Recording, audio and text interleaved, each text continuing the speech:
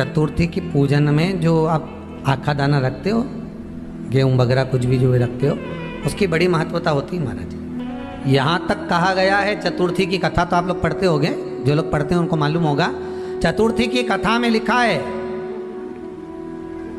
चौथ माता के व्रत में वर्णन किया गया है कि वो आखा दाना जो रखा जाता है, मान लो कोई जरूरी काम होता है तभी आखा दाना को रखा जाता है, संभाल के रखते हैं कि हम इस काम के लिए जा रहे हैं और हमारा ये कार्य सफल होना चाहिए।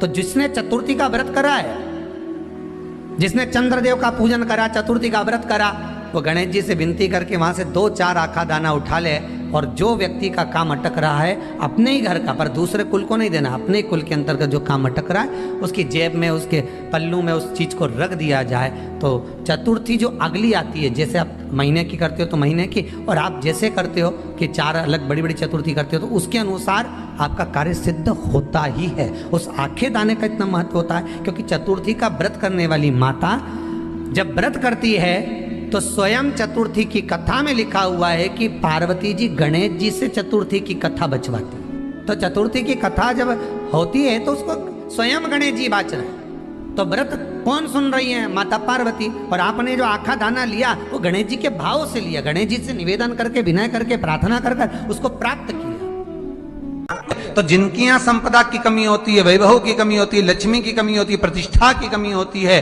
धन की कमी होती है, उसके लिए बुधवार के दिन अगर शंकर पर 1 लोटा पानी चढ़ाया जाता है तो जिन लड़कियों का विवाह नहीं हो रहा, जिन बच्चों का विवाह नहीं हो रहा, उन बच्चों के भी विवाह हो जाते हैं। हमारा वृद्धि से मतलब होता है जिस कन्या या वर का विवाह नहीं होता, 40 साल हो गए या 30 साल हो गए, या जब 28 के बाद में लड़का लड़की क्रॉस हो जाए कि 29 में, 30 में, 32 में, 34 में, 40 तक पहुंच गए और विवाह नहीं हो रहा, तब बेलपत्री के जो पेड़ होता है, वृक्ष होता है, उस वृक्ष की जो डाली होती है, उस डाली के मनकों से जो माला बनती है, बाजार में भी मिल जाती है बेल की माला, उस माला को भगवान शंकर को समर्पित कर कर बेलपत्री के वृक्ष के नीचे बैठ कर भगवान शंकर का पंचाक्षर मंत्र का जाप करना है।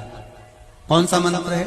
पंचाक्षर। पंचाक्षर मंत्र कल बताया था, नमः शिवाय। अगर रसोई घर से भोजन में तुलसी डलकर अगर ठाकुर जी के सामने वो थाली रखी तो ये पक्का है वो थाली ठाकुर जी नहीं जीमेंगे, क्योंकि उसमें तुलसी रखी हुई आई है। हाँ, जब ठाकुर जी के सामने थाली रखा गई और तुमने थाली रखने के बाद में मंदिर के सामने बैठ के फिर तुलसी डाली तो ठाकुर जी उसको स्वीकार कर लेते हैं। क्यों?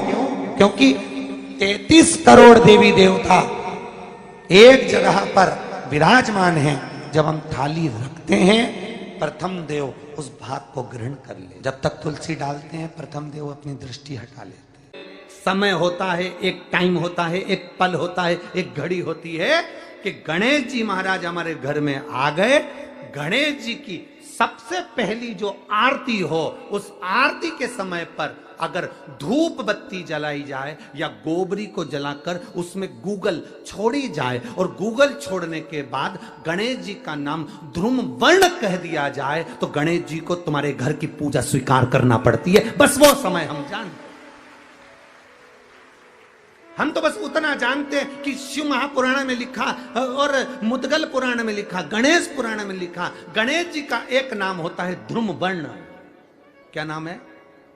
ध्रुम वर्ण गणेश जी का एक नाम होता है। जब हम धूप जलाकर और धूप लगाने के बाद में गणेश जी की सबसे पहली आरती करने के पहले अगर हम सबसे पहली आरती गणेश जी की कर रहे हो, अपने घर में स्थापना कर रहे हो, बिठा रहे हो, और तुम चाहते हो कि गणेश जी मेरे घर में आके मेरी पूजा को स्वीकार करें और जो मांगू मेरा गणेश मुझे दे 10 दिन के अंदर, तो पहला नाम लेकर पुकार लेना ध्रुम वर्ण विनायक, बैठो, बस काम हो गया। वो फिर ही होकर आता। सुंदर जोड़ी थी शंकर और पार्वती की, सही है कि गलत है?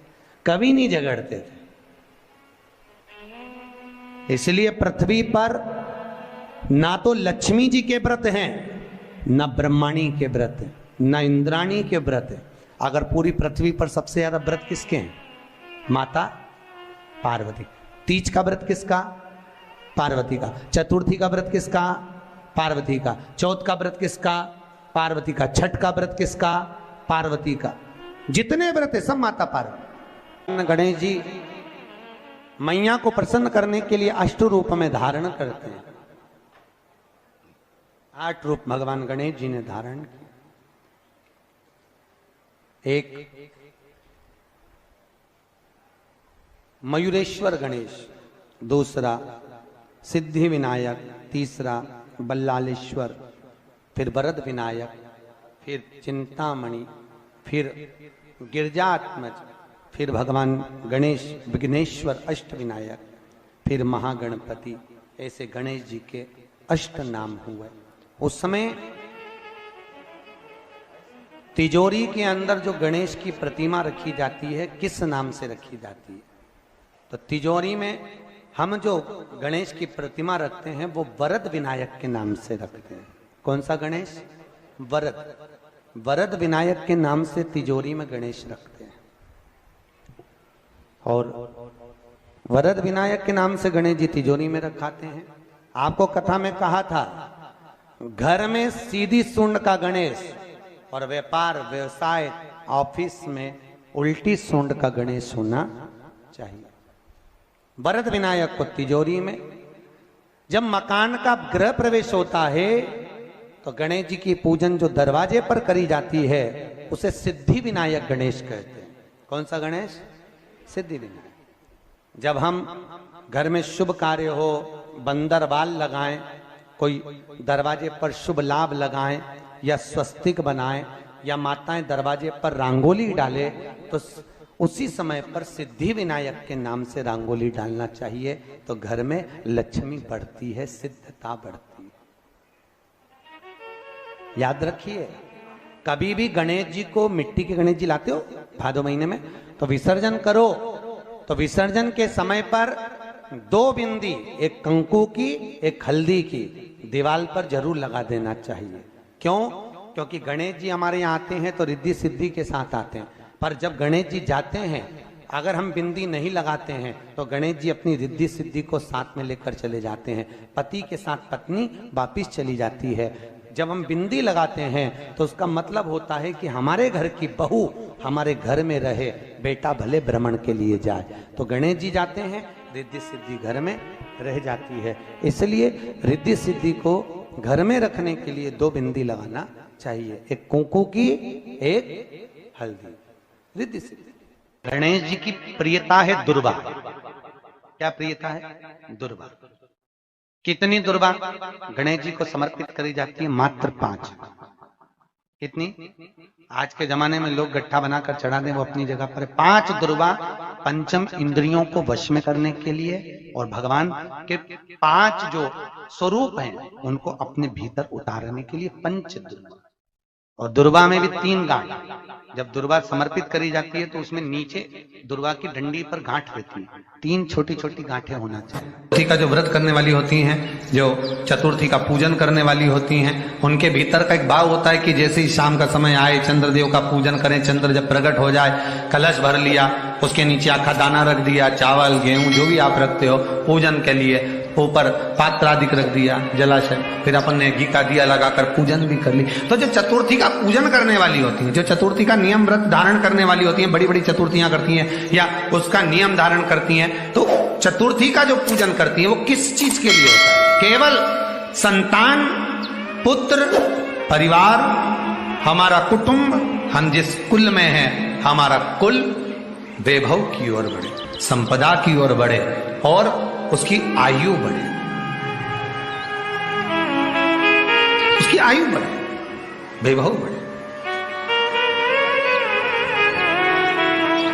बहुत ध्यान दीजिएगा महाराज, चतुर्थी की पूजन में जो आप आखा दाना रखते हो, गेहूं वगैरह कुछ भी जो रखते हो, उसकी बड़ी महत्वता होती है महाराज। यहां तक कहा गया है, चतुर्थी की कथा तो आप लोग पढ़ते होंगे, जो लोग पढ़ते हैं उनको मालूम होगा। चतुर्थी की कथा में लिखा है, चौथ माता के व्रत में वर्णन किया गया है कि वो आखा दाना जो रखा जाता है, मान लो कोई जरूरी काम होता है तभी आखा दाना को रखा जाता है, संभाल के रखते हैं कि हम इस काम के लिए जा रहे हैं और हमारा ये कार्य सफल होना चाहिए। तो जिसने चतुर्थी का व्रत करा है, जिसने चंद्रदेव का पूजन करा, चतुर्थी का व्रत करा, वो गणेश जी से विनती करके वहां से 2-4 आखा दाना उठा ले, और जो व्यक्ति का काम अटक रहा है अपने ही घर का, पर दूसरे कुल को नहीं देना, अपने ही कुल के अंतर्गत जो काम अटक रहा है उसकी जेब में, उसके पल्लू में उस चीज को रख दिया जाए। तो चतुर्थी जो अगली आती है, जैसे आप महीने की करते हो तो महीने की, और आप जैसे करते हो कि 4 अलग बड़ी बड़ी चतुर्थी करते हो, तो उसके अनुसार आपका कार्य सिद्ध होता ही है। उस आखे दाने का इतना महत्व होता है क्योंकि चतुर्थी का व्रत करने वाली माता जब व्रत करती है तो स्वयं चतुर्थी की कथा में लिखा हुआ है कि पार्वती जी गणेश जी से चतुर्थी की कथा बचवाती। चतुर्थी की कथा बाची किसने थी? स्वयं गणेश जी महाराज ने। और सुनी किसने थी? माता पार्वती। बाचने वाले गणेश जी थे, सुनने वाली माता पार्वती थी। तो चतुर्थी की कथा जब होती है तो उसको स्वयं गणेश जी बाच रहे। तो व्रत कौन सुन रही है? माता पार्वती। और आपने जो आखा दाना लिया वो गणेश जी के भाव से लिया, गणेश जी से निवेदन करके, विनय करके, प्रार्थना कर उसको प्राप्त किया। जितने आस्था चैनल पर कथा सुन रहे हो, जितने फेसबुक और यूट्यूब पर सुन रहे हो, और जितने इस छत्तीसगढ़ की पावन धरा पर बैठकर सुन रहे हो, बहुत सावधानी से सुनना। एक छोटा सा कपूर का टुकड़ा जब आरती में जलाया जाता है तो ये कपूर क्यों जलाते हैं? इस कपूर का महत्व क्या है? इस कपूर का कारण क्या है? ये कपूर है कौन जिसको हम आरती में जलाते? क्या जरूरत इस कपूर को आरती में जलाने की? क्या जरूरत इसको यज्ञशाला में जलाने की? क्या जरूरत है इस कपूर को पूजन में जलाने की? स्वयं गुरु बाबा कहते हैं यदि कोई आरती में, पूजन में, घर में एक कपूर का टुकड़ा आरती के बाद में जब समर्पित करेगा तो उसको अश्वमेध यज्ञ का पुण्य प्राप्त हो जाएगा। अश्वमेध यज्ञ के पुण्य को पाने के लिए कपूर का टुकड़ा आज भी आरती में जलाया जाए। एक कपूर का टुकड़ा सुख का, इसीलिए हमारे यहाँ शास्त्र कहता है महाराज, जब आपको घर में अगर ऐसा लगने लगे कि 15 दिन से बहुत बेचैनी है, बहुत दुख तकलीफ लग रही है, कोई ना कोई बीमार पड़ रहा है, कुछ ना कुछ तकलीफें लग रही है, तो एक पीपल का पत्ता ले लो, उसके ऊपर एक कपूर का टुकड़ा ले लो, सारे घर में घुमाकर उसको दरवाजे के बीच मध्य में जलाकर रख दीजिए। थोड़ी सी जला 20 से 25 मिनट के अंदर मकान में एनर्जी वापिस आ जाएगी, उस भवन में एनर्जी वापिस हो जाएगी। 20 से 25 मिनट के अंदर एनर्जी वापस। लग रहा है कि यहाँ नेगेटिव है तो उसको पॉजिटिव बनाया जा सकता है। रात को 12 बजे शंकर जी के मंदिर में शिवलिंग पर चढ़ी हुई बेलपत्री को उठाकर शंकर मंदिर का शिखर देखकर चबा चबा कर खा लीजिए। आपके पाँव के घुटने बदलने की जरूरत नहीं पड़ेगी, ऑपरेशन की जरूरत नहीं। रिद्धि सिद्धि के दाता मेरे गणपति, तेरा व्रत जो करे उसे मिले सन्मति। रिद्धि सिद्धि की दाता मेरे गणपति, तेरा व्रत जो करे उसे मिले सन्मति।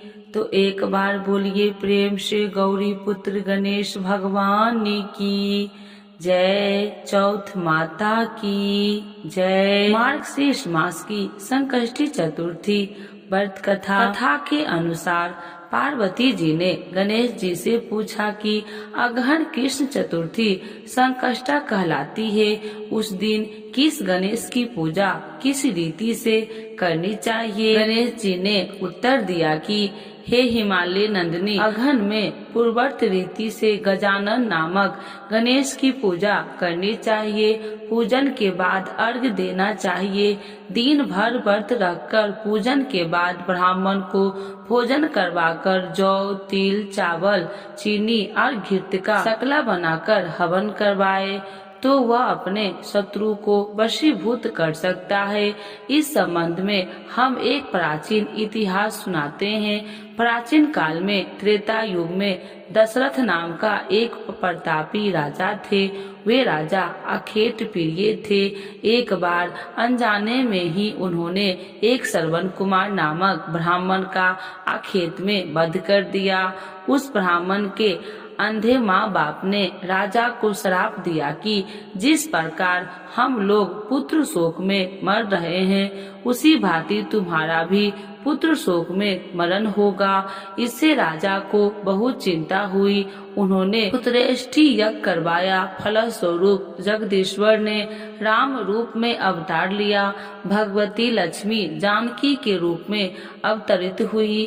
पिता की आज्ञा पाकर भगवान राम, सीता और लक्ष्मण सहित वन को गए, जहां उन्होंने खरदूषण आदि अनेक राक्षस व राक्षसियों का वध किया। इससे क्रोधित होकर रावण ने सीता जी का अपहरण कर लिया। सीता जी की खोज में भगवान राम ने पंचवटी का त्याग कर दिया और ऋष्यमुख पर्वत पर पहुंचकर सुग्रीव के साथ मित्र की तत्पश्चात सीता जी की खोज में हनुमान आदि बानर तत्पर हुए। ढूंढते ढूंढते बानरों ने गिद्धराज संपत्ति को देखा। इन बानरों को देखकर संपत्ति ने पूछा कि कौन हो, इस वन में कैसे आए हो, तुम्हें किसने भेजा है, यहाँ पर तुम्हारा आना किस प्रकार हुआ है। संपत्ति की बात सुनकर बानरों ने उत्तर दिया कि भगवान विष्णु के अवतार दशरथ नंदन राम जी सीता और लक्ष्मण जी के साथ दंडकवन में आए हैं। वहाँ पर उनकी पत्नी सीता जी का अपहरण कर लिया गया है। हे मित्र, इस बात को हम लोग नहीं जानते कि सीता कहाँ है। उनकी बात सुनकर संपत्ति ने कहा कि तुम सब रामचंद्र के सेवक होने के नाते हमारे मित्र हो। जानकी जी का जिसने हरण किया है और वह जिस स्थान पर है वह मुझे मालूम है। सीता जी के लिए मेरा छोटा भाई जटायु अपने प्राण गवा चुका है। यहाँ से थोड़ी दूर पर समुद्र है और समुद्र के उस पार राक्षस नगरी है। वहाँ अशोक के पेड़ के नीचे सीता जी बैठी हुई है। रावण द्वारा अपहरण सीता जी अभी भी मुझे दिखाई दे रही है। मैं आपसे सत्य कह रहा हूँ कि सभी बानरों में हनुमान जी अत्यंत पराक्रमशाली है, अतः उन्हें वहाँ जाना चाहिए। केवल हनुमान जी ही अपने पराक्रम से समुद्र लांघ सकते हैं, अन्य कोई भी इस कार्य में असमर्थ नहीं है। संपाति की बात सुनकर हनुमान जी ने पूछा कि हे संपाति, इस विशाल समुद्र को मैं किस प्रकार पार कर सकता हूँ। जब हमारे सब बानर उस पार जाने में असमर्थ है तो मैं ही अकेला कैसे पार जा सकता हूँ। हनुमान जी की बात सुनकर संपत्ति ने उत्तर दिया कि हे मित्र, आप संकट नाशक गणेश चतुर्थी का व्रत कीजिए, जिस व्रत के प्रभाव से आप समुद्र को क्षण भर में पार कर लेंगे। संपत्ति के आदेश से संकट चतुर्थी के उत्तम व्रत को हनुमान जी ने किया। हे देवी, इसके प्रभाव से हनुमान जी क्षण भर में समुद्र को लांघ गए। इस लोक में इसने समान सुखदायक कोई दूसरा व्रत नहीं है। श्री कृष्ण जी कहते हैं कि यमराज युधिष्ठिर, आप भी इस व्रत को कीजिए। इस व्रत के प्रभाव से आप क्षण भर में अपने शत्रु को जीतकर संपूर्ण राज्य के अधिकारी बनेंगे। भगवान श्री कृष्ण का वचन सुनकर युधिष्ठिर ने गणेश चतुर्थी का व्रत किया। इस व्रत के प्रभाव से वे अपने शत्रुओं को जीतकर राज्य के अधिकारी बन गए। अब आइए जानते हैं मार्गशीर्ष मास के गणेश चतुर्थी व्रत पूजन विधि। प्रातः काल उठकर नित्य कर्म से नियुक्त हो शुद्ध होकर स्वच्छ वस्त्र धारण कर ले। श्री गणेश जी का पूजन धूप दीप नवेद अक्षत फूल विधि से करे। इसके बाद हाथ में जल तथा दुर्वा लेकर मन ही मन श्री गणेश का ध्यान करते हुए व्रत का संकल्प करे। अब कलश में जल भरकर उसमें थोड़ा गंगा जल मिलाए। कलश में दुर्वा सिक्के साबुत हल्दी रखे। इसके बाद लाल कपड़े से कलश का मुख बांध दे। कलश पर गणेश जी की प्रतिमा स्थापित करे।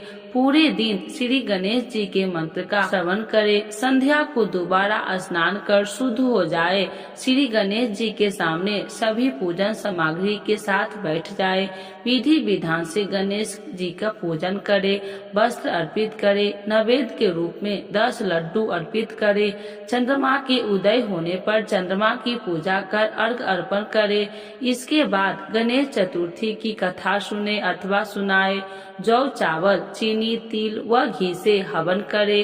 तत्पश्चात गणेश जी की आरती करे। 5 लड्डू प्रसाद के रूप में बांट दे और शेष 5 अगले दिन ब्राह्मण को दान कर दे। तो एक बार बोलिए प्रेम से गौरी पुत्र गणेश भगवान की जय।